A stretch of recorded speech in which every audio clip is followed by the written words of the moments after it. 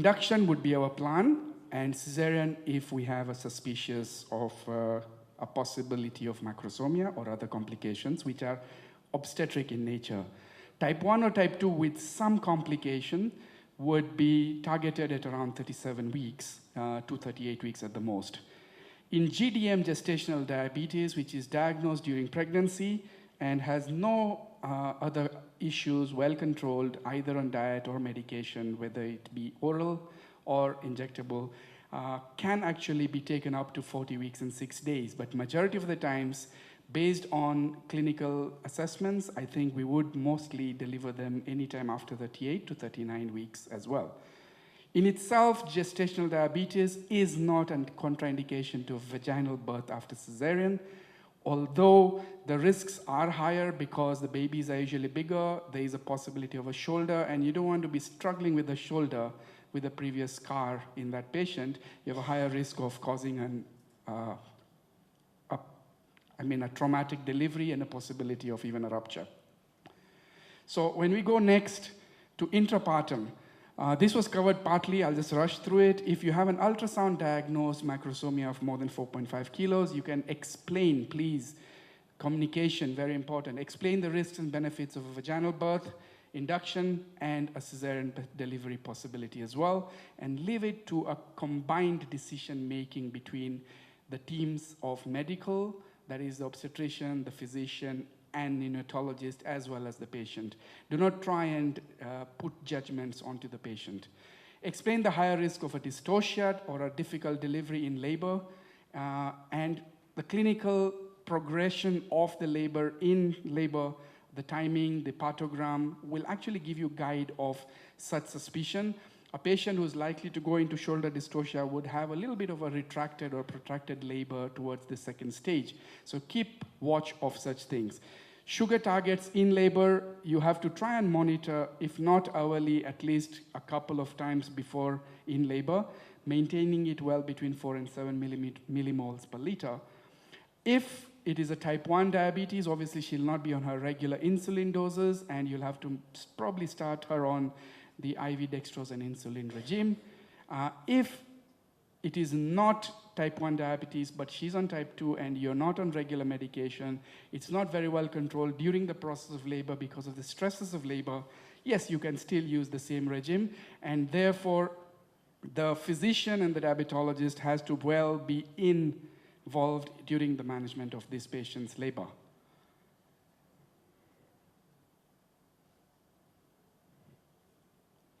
Okay, the rate of progress and application of the cervix to the head can help predict possible difficulties during second stage. So you have to be a very watchful physician to actually understand this.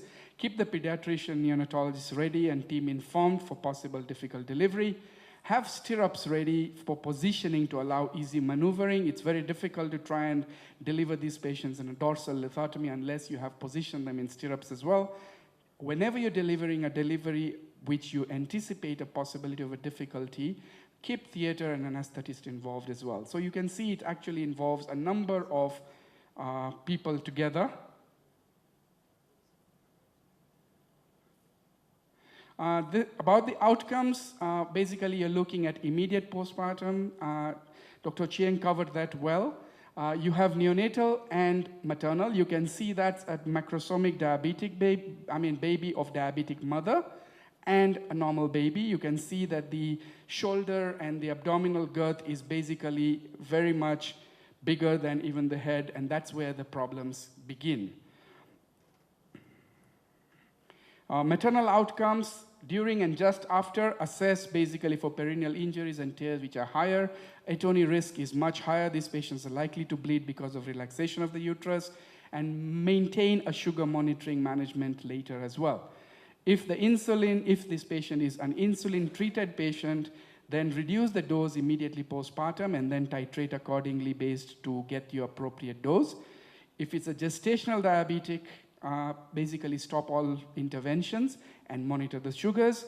If it's a type 2 diabetic, you can resume or continue metformin or glyburide, but not the other oral hypoglycemic agents as well.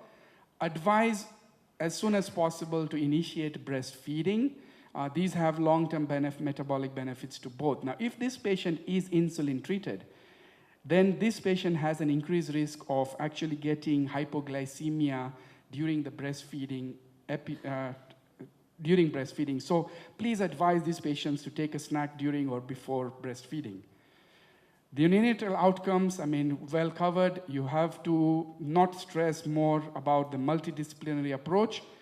Gestational diabetes follow-up. Now, this comes to later. Inform the patient about the risk of future diabetes and risk of recurrence in subsequent pregnancies. There's a 50 to 60% chance that such a mother would have diabetes gestational again in future, even if she goes back to her normal self. Offer, therefore, a lifestyle advice, weight control, diet, and exercise, very important. You will have to cover her with a postnatal check at the 6 to 12-week postpartum. The type of test done would be a little bit confusing. There are multiple ways of dealing with it. So there is a 75-gram, 2-point GTT. You could do a fasting sugar at 6 to 13 weeks postpartum, and an HbA1c has also been tested. Offer contraceptive at 6 weeks, very important. They should not get an unplanned pregnancy, and the options are the same as any other mother.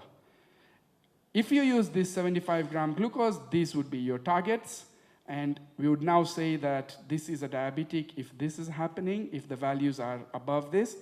If you use the fasting glucose as the test, then you would have the following risks based on what you would interpret the patient to be, whether she has gone back to normal, whether she has still having a high risk of diabetes type 2 later, and whether she already has diabetes type 2. The last 2 slides. If you're using HbA1c, similarly, you could use these guidelines. 5.7 and below, obviously with low risk, go back to lifestyle changes and advise her on regular annual checks. If you're doing annual checks, why? Because she has future risks of diabetes of almost 50 to 70% with an accumulative period over 15 to 25 years. So you have to test them every year to 3 yearly. And lifestyle care is advised based on diet, exercise, weight, and as well as metformin has been found to either prevent or delay progression. So as we use it in polycystic ovarian syndrome, we could use it in such patients to try and prevent future issues. Future risks to the baby, obviously they have a higher risk of obesity and type 2 diabetes in the offspring as well, but GDM does not cause that risks to the baby. So it's good to counsel the patients. Now you can see, as Dr. Musana said, there's still lots of controversies still. Would you do universal or risk screening? What type of test? Type 1, 2-step, 1-step? What kind of criteria to use? NDDG, Carpenter-Couston, or the one we are using currently at Aga Khan? The timing, it's still a whole confusion, and there are lots of guidelines that give us different opinions. So with this, obviously, I would come to the end of my talk. In subsequent, obviously, you would do the way we had said, initial GTT and second GTT 24 to 28 weeks. These are my references. Thank you very much. Okay, I want to talk about counseling and psychology as a means of helping support the patients after diagnosis. And it's something that we do at the Aga Khan a lot. I don't know whether it's being done everywhere, but one of the things that makes us want to do it is that it's actually recommended as one of best practice in the management of all chronic illnesses. One of the things that we see about a chronic illness is that, like diabetes, when you diagnose a person with either GDM or DM or BOH, there is a potential, possibility of getting certain emotions that are very hard to control that may end up actually causing this person to become depressed and get into a psychiatric state. So the best thing is to be able to help this person as soon as they get diagnosed with a disease.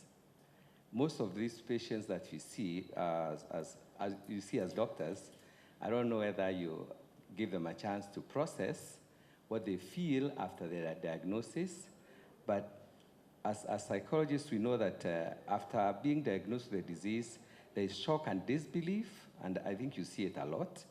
There is also denial. Denial in psychology or in counseling is a state where you can't believe this is happening, and you start bargaining. There is a sense in which you are asking yourself, can this be true? What is it I've done wrong? And in an African environment, you're thinking, could there be some witchcraft that has been thrown to me? All sorts of things. We actually spiritualize it. We see that a lot. And other times we are thinking, if you're, that it's God who has forgotten me, that's what we mean by bargaining. And I don't know whether you get this kind of experience. I have a very short time to talk, so I'll just be very brief. There's a lot of anxiety that results from that. There's a lot of anger, a feeling of rejection and frustration.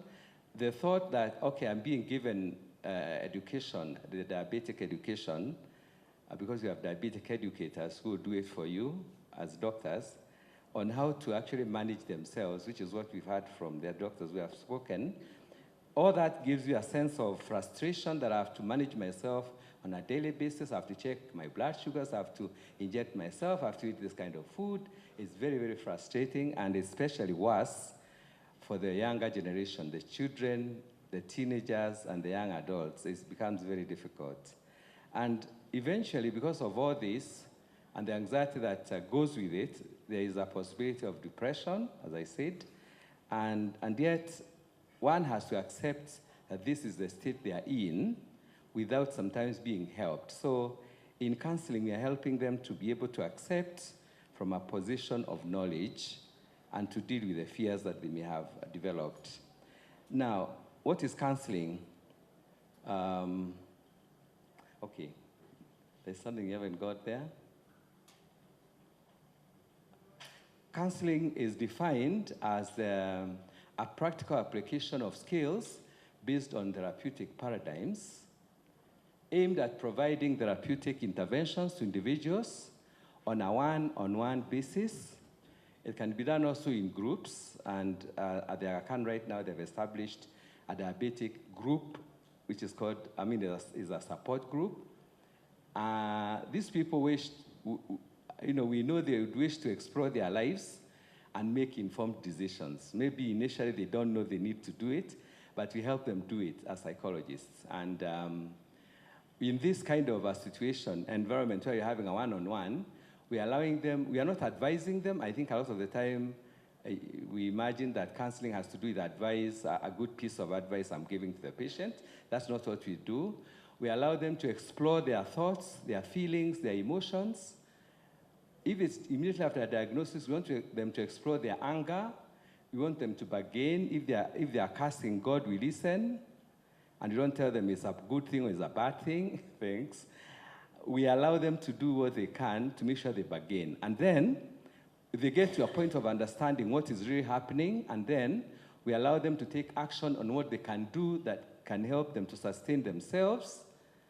And to do this, because we have to, okay, we can move on.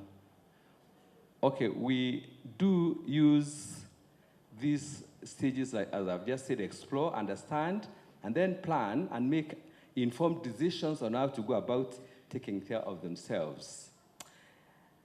Now, the next thing that I want to share with you about counseling is that we use theories. Actually, there are about 500 theories. So many psychologists have come up with their own theories. They all work, but in best practice in psychology, we use either person-centered therapy as a core theoretical model. In person-centered therapy, we are allowing the patient to feel they are in charge of their own lives, and we are not dictating anything to them. And we allow them, through this feeling of acceptance, it's called non-judgmental acceptance. We allow them now to get into thinking about what their actions are likely to result into. And so we use cognitive behavioral therapy. In our psychology department at the Aga Khan, we use what's called eclectic counseling, where we don't just use one theory, we are using different theories which are appropriate. So we give them a chance to think about what does it really mean? what do I really want as a patient, as an outcome for myself? And we listen to them talk about themselves, you know. They will talk about their difficulties, they'll do all sorts of things. That's why you apply cognitive behavioral therapy. It's actually very, very significant. Now, then we go into psycho-education therapy, where we allow them to get material that they can read on what they can apply. And we have group therapy and family therapy, okay? Now, I want to just give you this as a caution. Do not treat the disease only, treat the person challenged by diabetes. Because you could be treating the disease, but you're not treating their mind in accepting and actually applying what you're telling them. And that's why they'll come much later and they have very high sugars and very low sugars, and they're not able to take their readings and all that.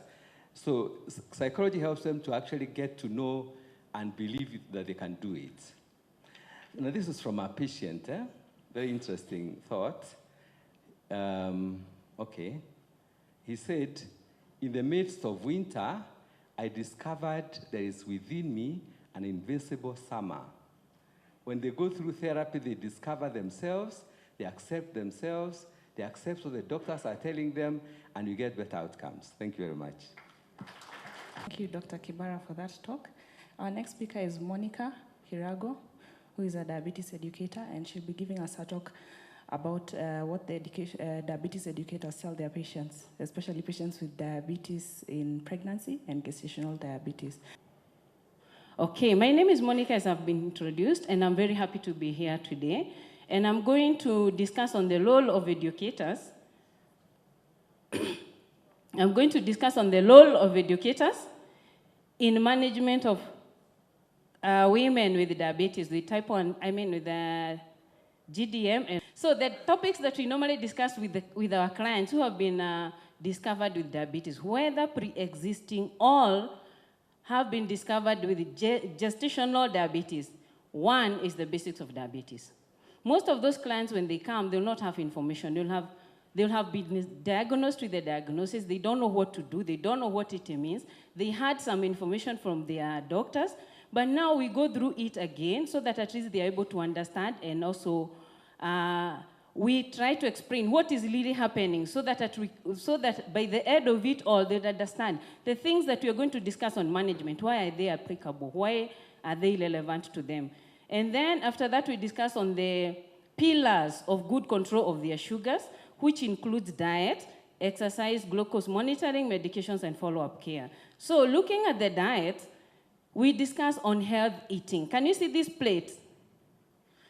Unfortunately, I don't know whether we can be able to visualize it well, but at least you can see it is divided into different portions. That one I'll not go into details because we only introduce, because it's very, very important for them to know. The first thing they want to know is what are they going to feed on? Because there is that myth that we have a special diet for everyone who has diabetes. But now we want to clear that when we have them in our clinic and let them know what can they take. And we talk of the healthy plate, which is also applicable for their family members. So that when they go home, they need to understand we are not starting a new life alone. We have to go along with our family members so that they can be able to sustain it, which goes with half plate being the vegetables, quarter of it being starch, and quarter of it also being protein, and little bit of fat. And they need to understand, why are we eating like this? If you don't explain, be assured they will not obey. Just like the way I told you to clap, some clapped, others didn't. But when we understood the essence of breaking the ice, then we had to clap all of us, and we have had some good time. So for them, they also need to understand, why are they eating a special meal? And not special in like they will be taking a meal which is out of their family members, but within what everyone should be feeding on. When you're talking about the meals, it has to be regular. And why we need regular meals, like the previous presentations we saw in the monitoring, it will help them even to avoid overdoing in the meals. They need also to understand they need to snack in between, and that is the best time for everyone to take their fruits, their nuts. If they have any yogurts to take or something of that sort, then they need to understand them. They need to understand they can also use sugar, especially when they are in hypoglycemia. So don't tell them never use sugar, so that at least when they are in hypo, they can also be able to manage very well. The second thing we discuss on is exercise. Most mothers, especially when they are expectant, they think they are not supposed to be exercising. Are they supposed to? Yes, they need to exercise. You need to understand what kind of exercises they can do. So you have to collaborate with their health caregivers, their doctors, so that you know what is safe, and also it's important for you to understand what they like most. Because if you tell them to walk and they like swimming, they'll never walk. So work with them so that you establish a good program which can also be good for them to sustain. It's important for them to know that they need to take a snack. So when we are discussing on exercise, we define what is an exercise. Most of us, if we are asked, we'll say that we exercise very well. Do we exercise? Do people who exercise in this crowd? Do you have people who exercise? So it is very important to know that an exercise is any activity that will leave you panting and sweating. So if they have walked maybe 3 kilometers and they are coming back when they are not sweating, they have not used up any energy, then they will not be doing a good exercise. It's good for them to establish which one can I start on. It's important for them to do a blood sugar. Those who have pre-existing diabetes, those who have GDM, it's important for them to know how their sugars are. If their sugar is low, they shouldn't exercise. They need to take a snack before. If they're going to exercise for long, let them carry along a snack as they are walking. In case they feel hungry, they can take a snack without lashing back or feeling that I don't want to exercise another day. Their exercise should take at least 30 minutes. They will not start with 30 minutes. They start small, then they keep on increasing with time until they are able to achieve 30 to 60 minutes at least 5 times in a week. Encourage them also to have snacks in between and carry enough, especially when they are walking long distances and in a place where they cannot be able to get some good some good snacks in between. Other very important thing is the glucose monitoring. For every client who is having GDM or pre-existing diabetes, they need to monitor their sugars. Don't tell them, please, to go and have their sugars monitored in the nearby facility. Why is it important for them to test the sugars? We explain to them.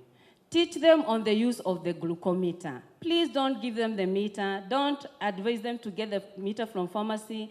Then they are given and they don't know how to use. They will come without the readings, and they'll be feeling very frustrated. We help them to do the return demonstration so that we are sure that they are able to use the machines very well. Then we also give them a chance to do the return demonstration. We remind them of their targets. We discuss on the action to take if they are in hyper or even they are hypo. We give them a diary to use so that they can also be able to interpret their readings and let them write them down. Try to explain to them how they need to interpret them. If you look at this a sample of diary, it is a simple one. It is just something that they can even make at home. They need to include, if they're using the insulin, they need to write down the doses they are using so that even when they come with it to their clinic, you're able to interpret. But please, we try to encourage them to interpret the readings themselves so that they're able to understand. When they are looking at the fasting sugars, they're able to know, am I on target? Are my medications working? Or if I'm on diet and exercise and I'm doing very well, do I need to start on the medications? If my sugars are post-meals are the ones which are high, then I need to leave you on the diet. The other thing we discuss on is the medications that they have been prescribed for, if it is orals or insulin. And if it is insulin, we teach them on how to use. Then we encourage them to continue with the care. We look at them, especially the ones who will be having pre-existing diabetes, like now when they want to plan for their pregnancies. We encourage them so much to come even for sessions. They discuss even with the doctor. It shouldn't be like a secret, so that they'll be well controlled before they before they get pregnant. During pregnancy, we encourage them to come for the follow-ups so that they're reminded the things that they may also be forgetting. Post-pregnancy, that is where most of the mothers, especially with the GDM, get lost. So we tell them it's important for them as they are bringing their babies for the 6 weeks clinic, it's good for them also to have a glucose tolerance test and also continue being seen by their physicians. And with that, thank you. Can I confirm that the question was, do we use low-dose aspirin in patients with gestational diabetes? No, at the moment we don't have guidelines for our own internal use as Kenyatta. We do use low-dose aspirin for patients with previous hypertensive disease and for prevention and with bad obstetric history, but not for gestational diabetes. One more question for you. Yeah. So there's a question here, I think it's quite relevant, especially in the setting of resource-poor settings. What is the role of a positive urine dipstick glucose you find glycosuria in the ANC clinic, and can it influence your management plan? Yes, okay, we do routinely do urine analysis on our antenatal patients, and if we find glycosuria, then we would go ahead and do further testing. We would do the fasting or the random blood sugar, and if it was within the abnormal range, then we would go further to do the oral glucose tolerance test and then also probe further. Yes, that would be a pointer that we need to investigate the antenatal client further. What is the commonest cause of intrauterine fetal death in diabetes? If you can tackle that, Dr. Yamal. Thank you. Intrauterine fetal death in diabetes is one of the dangers of diabetes that is especially poorly managed. With very well-controlled diabetes, that is seen less. When it comes to the exact cause, there are many theories postulated, but none of them is specific. But it's the basic sudden rises and the drops. And it's the hypoglycemia that actually is more dangerous of the two. So basically, it is one of those that when we were discussing, we would call IUFD due to GDM, due to diabetes in pregnancy, as one of the unexplained causes of IUFDs. But the main pathophysiology would probably be the sudden drops in the sugars as well. Good. Then one more question for Dr. Yamal. How long does one follow up GDM for the mother, and when can you declare one diabetes-free in the subsequent follow-up period? Thank you for the question. I would say in regards to GDM that was specifically diagnosed in pregnancy, irrespective of the nature of medication that we have had to give this patient, soon after we would advise the medications to be stopped. We would continue, if they were on insulin, yes, we would continue to ask her to monitor her sugars despite stopping the medication.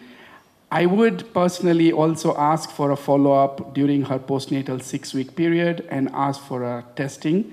I personally do the 75-gram 2-point GTT and advise from there. And we use the non-pregnant scoring at that time, not the pregnancy diabetes scoring.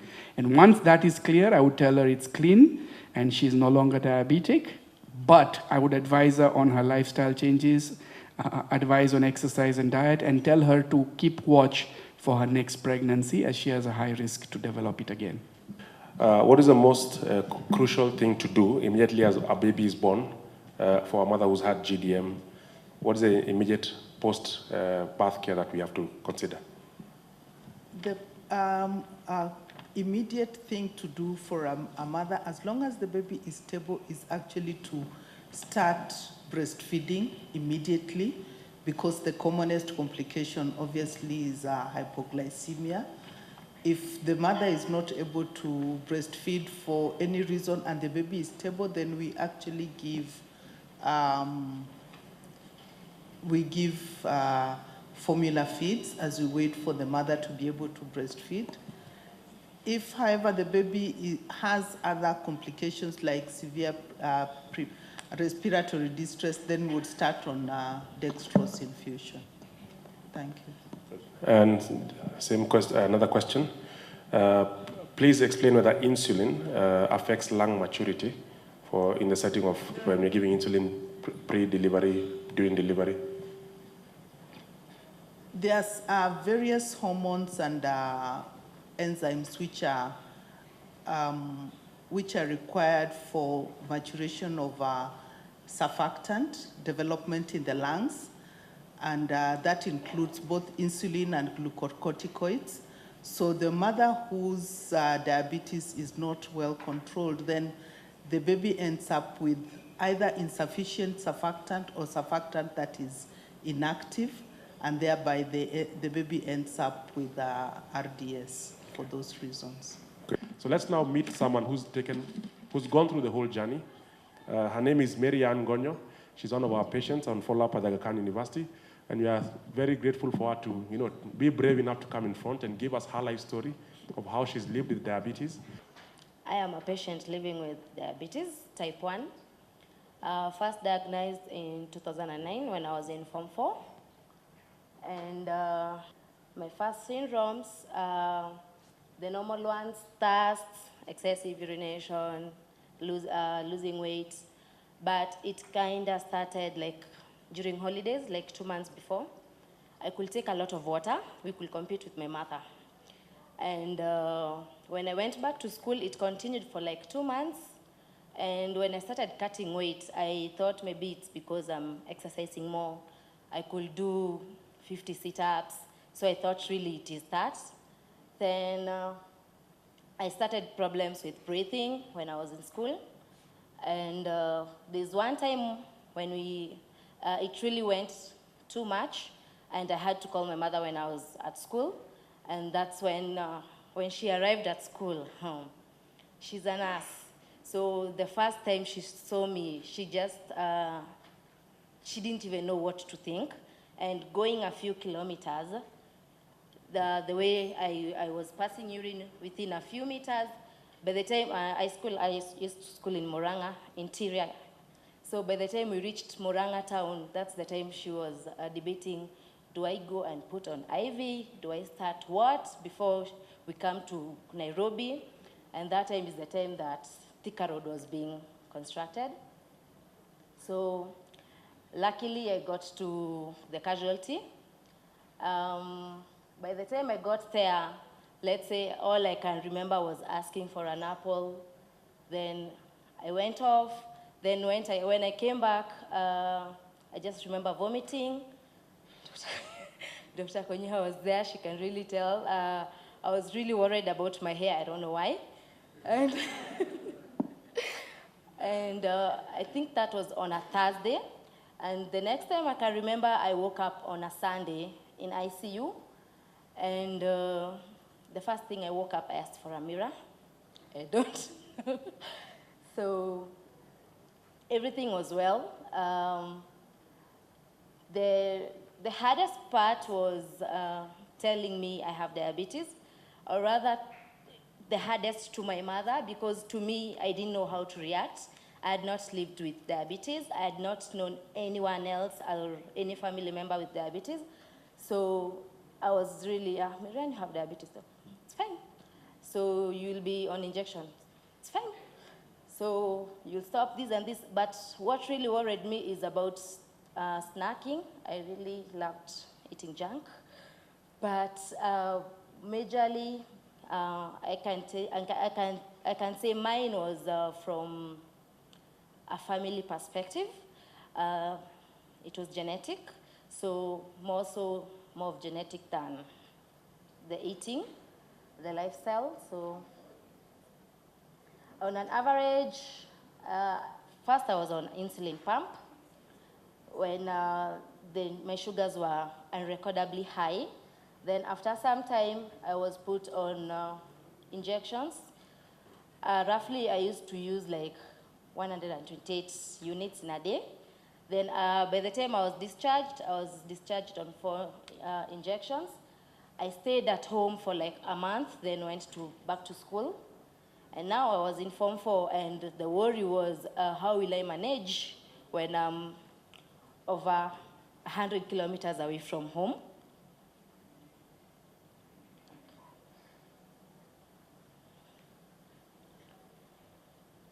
So these are the adjustments I had to go through in school.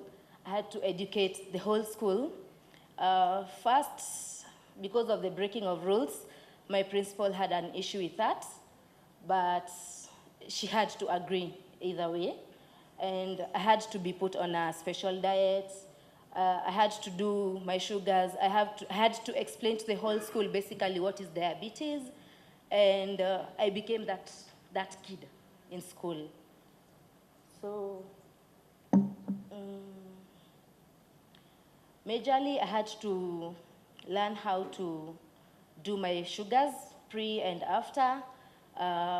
When I'm reading, when I am so much into the books, when I have to break for a snack, even during the night preps until 10 p.m. when I am doing my 4th injection.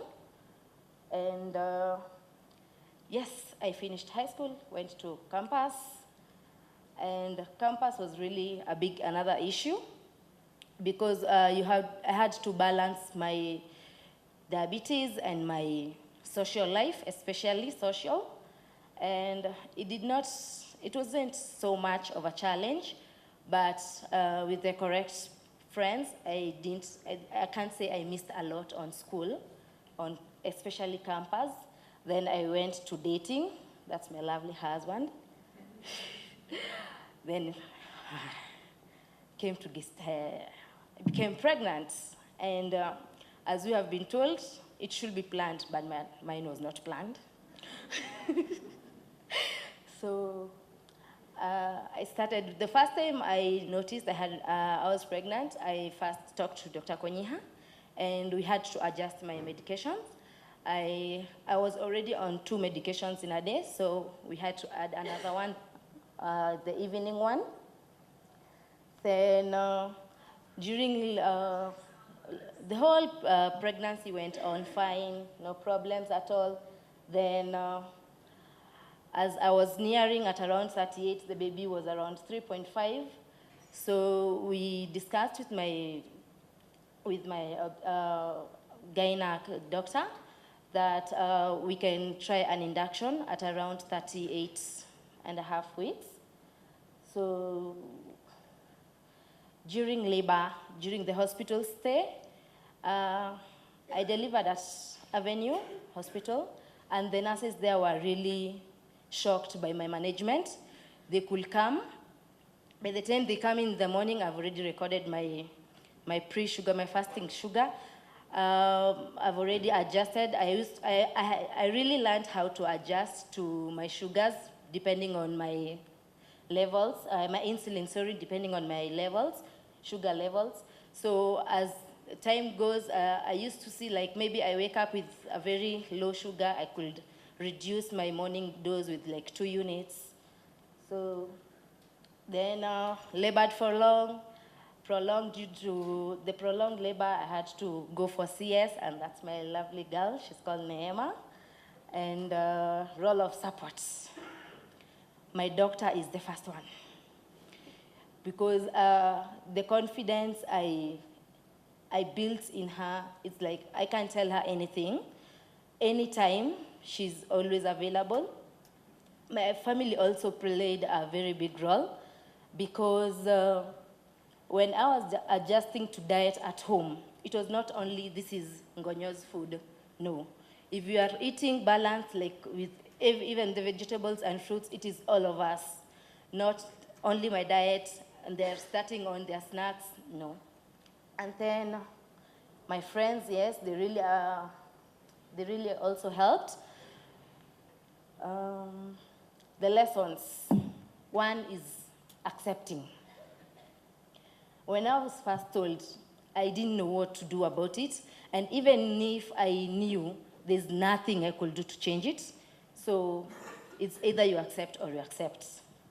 Then the second one is, I took a lot of time, like the first few months, I could even between, after meals, and even before the next meals, I could always do like even 1 hourly checks just to understand how it's ranging. And also on understanding my body, yes, I go to weddings, yes, I celebrate, yes, I eat, but that one has never affected me. Even if I know I am going to indulge a lot, so I adjust my medication, either with 2 or 4 units. Like, of late, I've been waking up with a very high sugar. Oh, that's my family. I've been waking up with a very high sugar, fasting of around 9. And the first thing was maybe to check, am I taking dinner late? Or first I increased my dinner injection. Then after some time, I noticed it is not still doing good, so I think I'll just go, I think it's flat, so I think I'll just do another medication, like another pen. Maybe it's already flat, the insulin. That's me, thank you, Alex. So our next workshop, which is the second workshop, is on diabetic foot. And our theme is to improve outcomes in its management. So our first speaker will be talking on the managing of the diabetic foot and a surgeon's perspective. So the speaker is Dr. Mark Siboe. He is a consultant general and laparoscopic surgeon who graduated from the Aga Khan University Hospital after his postgraduate training. And we all know that most of our patients who have type 2 diabetes are usually overweight or obese. And management of weight is a big problem. But we have also seen in the recent past that bariatric surgery is very, very helpful, not just to lose weight, but also to maintain the weight. And our speaker has an interest in bariatric surgery, trauma and wound management, specifically to diabetic wounds. We also know from various studies that patients who have diabetic wounds fare much better if the person who's looking after them is actually a specialist in the area. So welcome, Dr. Mark. So as a disclaimer, this is my own presentation. The photos taken were consented by the patients and they are aware that will be used for presentation. I have no financial remuneration from this presentation, and I have no industry sponsorship in terms of the products that I use for my patients. I use products that are affordable, that are available, and that also are pocket-friendly to the patients. And the team I tend to work with are available to my patients and even do home care practice. So it makes it a bit affordable in terms of management of the diabetic feet. So my objectives today afternoon would be to take you through some case photography, define diabetic foot, a bit about pathogenesis, which I'm sure we are all aware of, assessment and classification, and principles of management, broadly, surgical principles of management and how to manage diabetic feet, and then a brief summary. So as an introduction, diabetic foot is a serious complication of diabetes. Unfortunately, the morning presenters have presented talks about management. I tend to see patients after you've gotten almost near the far end. You already have diabetic feet, they're in sepsis, sugars are not controlled, and we try to work together as a team to try and correct the situation. There are those patients who will come to you telling you they have the desire for limb-saving surgery. Where possible, we offer them that. Where not, we give them alternatives, including amputation and rehabilitation in terms of prosthetics. So what I want us to take home from this talk is there needs to be an early identification of foot at risk, and this is primary healthcare practitioner. So you as a first contact with the patient, you should be able to examine that foot and prevent them from reaching to us as surgeons. Or even if they do, you should refer them to us early. Some of the cases I'll present, patients actually went to hospital on time, but it was a poor referral system. So preventing diabetic foot ulceration will reduce risk of amputation. It also has a significant socio-economic impact.